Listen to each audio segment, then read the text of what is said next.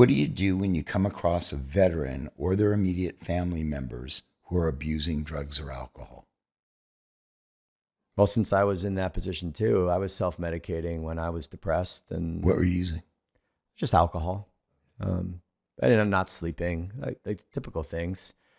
I keep on going back to my North Star, which is purpose, They need treatment. right? Okay? They're homeless.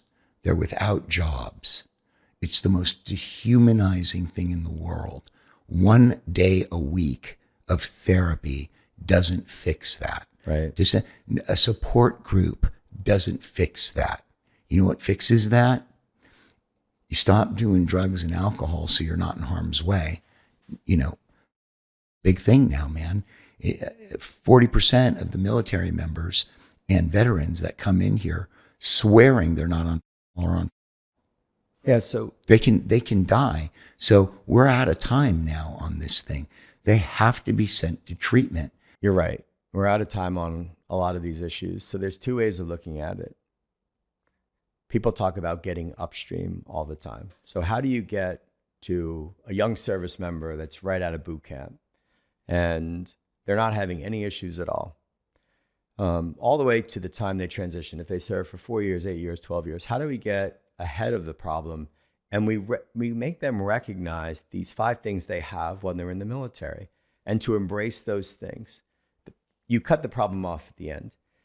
The reality is, through 20 years of war, the global war on terror, places like Iraq and Afghanistan, and people come back broken, both visibly and invisibly. Of course, there's going to be challenges down the road.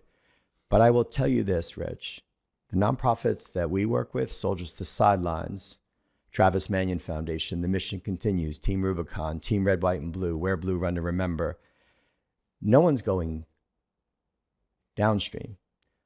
Again, better is better. In what universe is good enough? Right. So what I'm saying is there's a group of people that are at a point of crisis that you want access to. If you want to address the problem, I want access to treatment. right, to access And treatment and help I don't them. care if it's with me or anybody. I just care that I train these people. I just care that they're getting the best treatment in the world. Right. Because because they are the people who deserve it. And I want the same things. And what I'm saying is we can reduce that number by looking before, but also looking after. So what I would love to do with you is connect you with nonprofits where there is a gigantic pool of people that were in the middle of this crisis point, whether it be addiction, whether it be struggling from depression and other mental health issues, for whatever those reasons. But no one is looking at this back end here after they have gotten out of it. Like, no one's studying those organizations that I named. There are tens of thousands of men and women walking among those organizations, serving, finding purpose, finding their connection with their tribe, taking care of their health. No one's asking them when they were in this pit of despair, what it was that got them out of it. Everyone's studying the point of crisis or saying we need to get ahead of it, when the answer lies in me. The answer lies in people like me that were in that state and found their purpose again, found their tribe again, took care of their health. Through the 5 pillars. Right. And through the 5 pillars, which all of these organizations that I mentioned are not testifying before Congress, are not speaking publicly because they're busy showing veterans what they need to thrive. All I'm saying is I want to address the same thing you want to address, but no one's looking at what got us through this, rather than how can we identify on the front end how to take care of it. Okay. The problem that you're having, it just hit me, and I know I'm slow. Okay.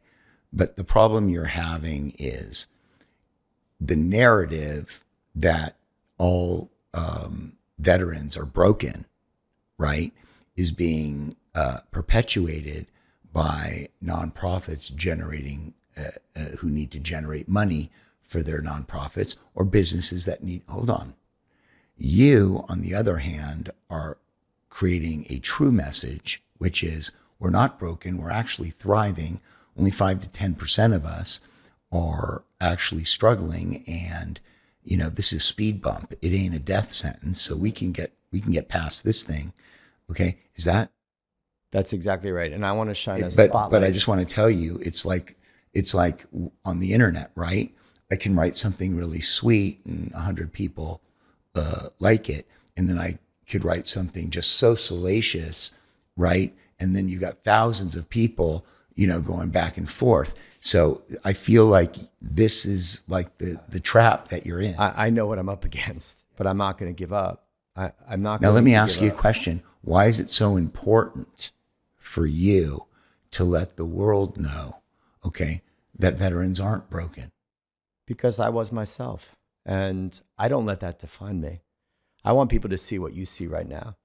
I don't want them to know what happened to me alone over those 3 or 4 years. I'm telling veterans my story now, but I think a lot of young people have gotten to believe the BS that's out there. If you think about this message being proliferated again and again and again, you start to believe it yourself. So the people who are struggling, sometimes maybe they accept that when they should hear from people like me who have gotten on the other side of it. We're out of time. Please subscribe on YouTube, click the thumbs up, and leave a comment. Please subscribe on Apple Podcast and Spotify and leave a rating and a review. And share the We're Out of Time podcast with others you know who will get value out of it. See you next Tuesday.